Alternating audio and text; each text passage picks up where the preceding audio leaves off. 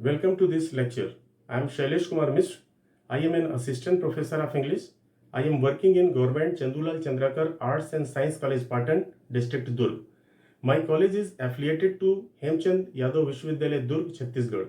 Today I am going to deliver this lecture on the following points: essentials of stylistics, deviation, the irrational in poetry, ambiguity, foregrounding, figurative language, and patterns of sound. Before we discuss the essentials of stylistics, we have to see the definitions of the term stylistics. We have also to see the definitions of the term style. We will also talk about the emergence of stylistics. There are a number of the definitions of the term stylistics given in various dictionaries. The online Oxford Dictionary defines the term stylistics as, I quote, the study of the distinctive styles found in particular literary genres and in the works of individual writers, I unquote. The online Merriam-Webster Dictionary defines the term stylistics as, I quote, the study of the devices in a language that produce expressive value, I unquote. The online Cambridge Dictionary defines the term stylistics as, I quote, the study of style used in language, I unquote. Now, it can be said that stylistics is the study of style used in the language of a literary text. So, we will firstly talk about the term style before we go on discussing the various points related to stylistics. We have to know the definitions of the term style. We have to discuss the features of the term style also, so that we understand the term style properly. It will help us to understand the features of stylistics also. When we use the word style, we generally mean a manner, a method, a mode, a way, a process, a procedure of doing something. There are a number of the definitions of the term style given in various dictionaries. The online Oxford Dictionary defines the term style as, I quote, a way of using language, I unquote. The online Collins Dictionary defines the term style as, I quote, manner or mode of expression in language as distinct from the ideas expressed, way of using words to express thoughts, I unquote. Cicero has talked about the three different levels of style. The levels are as follows: high, middle, and low. It may be said that a style depends on various factors, and if these factors are changed, or if any one of these factors is changed, the style will be changed. The factors are the work, the genre of the work, the era of the work, and the writer or poet who creates the work. A style may be judged lexically, semantically, syntactically, morphologically, and phonologically. There may be a number of other parameters to judge a literary work. Now we again come back to the topic stylistics. We will see some more definitions of stylistics. In the 10th edition of the book, A Glossary of Literary Terms, written by M.H. Abrams and Jeffrey Gould Hoffman, the term stylistics is defined as, I quote, since the 1950s, the term stylistics has been applied to critical procedures which undertake to replace what is claimed to be the subjectivity and impressionism of standard analysis with an objective or scientific analysis of the style of literary text. Much of the impetus towards these analytic methods as well as models for their practical application was provided by the writings of Roman Jakobson and other Russian formalists as well as by European structuralists, I unquote.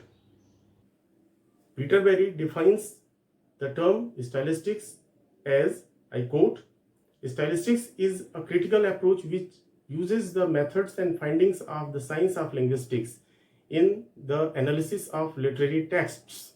By linguistics, here is meant the scientific study of language and its structures, rather than the learning of individual languages, I unquote. Peter Berry further defines the term stylistics as, I quote, it is certainly an approach to literature which has yielded a large amount of practical work distinctly different in tone and method from what we are accustomed to. This body of practice is the product of very specific theories about literary language and how it works, and these theories are usually taught alongside the practice. I unquote. The emergence of stylistics. Now we come to discuss the emergence of stylistics. It is factually believed that stylistics belongs to the ancient subject rhetoric. Peter Berry has shared his view on stylistics and rhetoric in his book Beginning Theory. He expresses his view, I quote, stylistics is in a sense the modern version of the ancient discipline known as rhetoric, which taught its students how to structure an argument, how to make effective use of figures of speech, and generally how to pattern and vary a speech or a piece of writing so as to produce the maximum impact. I unquote. In the 19th century, rhetoric gradually got absorbed into linguistics. Then, linguistics was known as philology. Peter Berry expresses his view on the development of stylistics. I quote, stylistics developed in the 20th century and its aim is to show how the technical linguistic features of a literary work, such as the grammatical structure of its sentences, contribute to its overall meanings and effects. I unquote. It will be highly significant to notice that Ferdinand de Saussure, Roman Jakobson, Spitzer, and Charles Bailey played decisive roles in establishing the significance of stylistics. There is another important thing here to notice that a very famous conference on style that was held at Indiana University in 1958 also played an important role in this context. Now we will see the opinion of Peter Berry about the functions of stylistics. I quote, thus, while it is true to say that stylistics today tends to be more open than before to input from those working in other areas of intellectual inquiry, it would be exaggerating to imply the kind of clean break with the hardline past implied by the term new stylistics. I unquote. After discussing the different features of stylistics and considering its different definitions, it may be said that stylistics is a practice of examining or interpreting the language of a literary text. It very precisely looks into the different elements of the language of a literary text. Now we will discuss some other essential features of stylistics. They are the fundamental characteristics of stylistics. Stylistics works on the basis of them. These features highly influence the language of a literary text. So they are very important factors for a literary text. They are the essentials of stylistics. Peter Berry has talked about some salient features of stylistics. They are as follows. Emphasis on connection between the literary language and everyday language.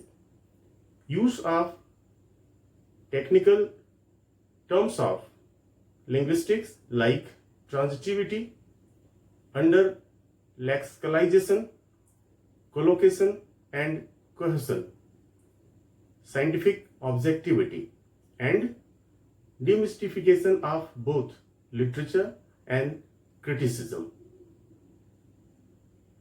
Discussing the essentials of stylistics, we come to see the ambitions of stylistics suggested by Peter Berry. These ambitions are as follows. providing hard data to support existing intuitions about a literary work, suggesting new interpretations of literary works based on linguistic evidence, attempting to establish general points about how literary meanings are made. The specific features of stylistics and the ambitions of stylistics just discussed here are well explained by Peter Barry in his book Beginning Theory. In addition to the features of stylistics just discussed, we will see some other essentials of stylistics. The essentials of stylistics are as follows: style and its types, banality and creativity in a literary text, the literary audacity, the poetic license. It is very important fact in stylistics.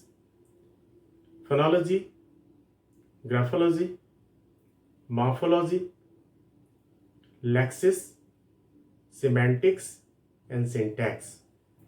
The different types of deviation. Foregrounding. It is one of the most important features of stylistics. After foregrounding, we will see parallelism. After this, we will see the figurative language. In this point, we will discuss the different types of figures of speech. After the figurative language, we will discuss the irrational in poetry. After the irrational in poetry, we will discuss ambiguity. It is also a very decisive feature of stylistics. After ambiguity, we will discuss the patterns of sound. There are some other elements of stylistics also. They will also be discussed. In this part of the lecture, we have discussed the different definitions of style and those of stylistics also. We have also discussed the different features of style and those of stylistics also. In this part of the video, we have also seen the essentials of stylistics. After this part of the lecture, we will go to the second part of the lecture. In the second part of the lecture, we will discuss various other concepts related to stylistics. We will discuss the concept of deviation. We will also discuss the types of deviation. After it, we will discuss the irrational in poetry. This is one of the most significant concepts of stylistics. After it, we will discuss the concept of ambiguity. It influences the language of a literary text substantially. We will see the concept of foregrounding also. It is one of the most significant features of stylistics. After it, we will discuss the concept of the figurative language. We will also discuss the various types of the figures of speech. After discussing the figurative language and the various types of the figures of speech, we will come to the patterns of sound. The patterns of sound are very important factors to influence the language of a literary text.